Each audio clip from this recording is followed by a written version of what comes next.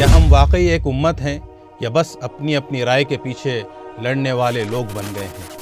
آج کل social media پر جو ماحول بن رہا ہے وہ بہت خطرناک ہے۔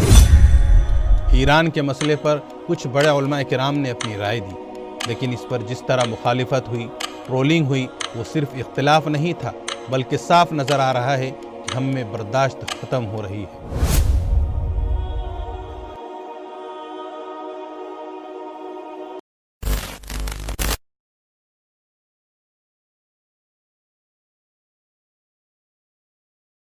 ناظرین سلام، آداب۔ خاص پروگرام تبصرہ میں میں آپ کا میزبان ضیاء الرحمن محفوظ فاروقی۔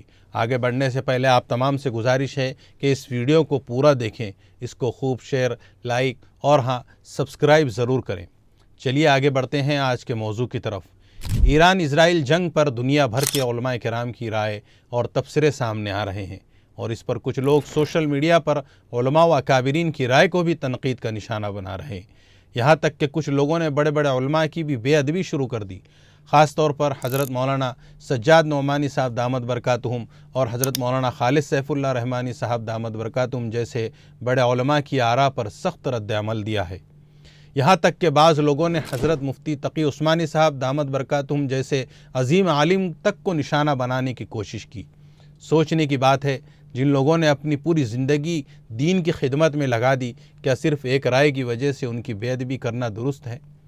ہماری اسلامی تاریخ دیکھو، پہلے بھی علماء کے درمیان اختلاف ہوتا تھا، کبھی فقہ میں، کبھی سیاست میں، لیکن انہوں نے کبھی ایک دوسرے کی بے عزتی نہیں کی۔ امام شافعی رحمۃ اللہ علیہ کی بات یاد رکھو، وہ کہتے تھے کہ میری بات صحیح ہو سکتی ہے، غلط بھی ہو سکتی ہے، اور دوسروں کی بات غلط ہو سکتی ہے، صحیح بھی ہو سکتی ہے۔ ناظرین، آج مسئلہ یہ نہیں کہ اختلاف ہو رہا ہے، مسئلہ یہ ہے کہ ہم اپنی رائے کو ہی آخری سچ سمجھتے ہیں۔ جو ہم سے اختلاف کرے اسے غلط یا گمراہ بول دیتے ہیں اور بغیر سوچے سمجھے الزام لگاتے ہیں۔ قرآن کیا کہتا ہے؟ زیادہ گمان سے بچو، کچھ گمان گناہ ہوتے ہیں، تو پھر کسی کی نیت پر شک کرنا یہ کہاں تک صحیح ہے؟ اگر کسی کی بات سے اختلاف ہے تو دلیل سے بات کرو، آرام سے بات کرو، عزت کے ساتھ بات کرو۔ یاد رکھو، اختلاف کرنا غلط نہیں، لیکن بے ادبی کرنا غلط ہے۔ ناظرین، آج مسلمانوں کے حالات ویسے ہی مشکل ہیں، ایسے وقت میں ہمیں کیا کرنا چاہیے؟ قرآن کہتا ہے، سب مل کر اللہ کی رسی کو مضبوطی سے پکڑو اور الگ الگ نہ ہو جاؤ، اور تاریخ سے سیکھو۔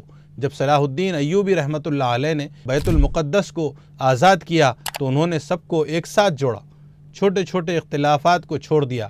حقیقت یہ ہے کہ کچھ متوازن باتوں سے نوجوانوں میں غصہ کم ہوا، امید بڑھی اور اتحاد کی بات بڑھی، اور سب سے اہم بات، اس سے کسی کے عقیدے میں خرابی نہیں آئی۔ ناظرین، اصل مسئلہ وہ لوگ ہیں جو ہر بات پر لڑائی شروع کر دیتے ہیں، ہر نئی بات کو فتنہ بول دیتے ہیں اور دوسروں کو بدنام کرتے ہیں۔ ایسے لوگ امت کو جوڑ نہیں سکتے، صرف توڑ سکتے ہیں۔ اب ہمیں فیصلہ کرنا ہے، ہم لڑتے رہیں گے یا ایک دوسرے کو سمجھنے کی کوشش کریں گے؟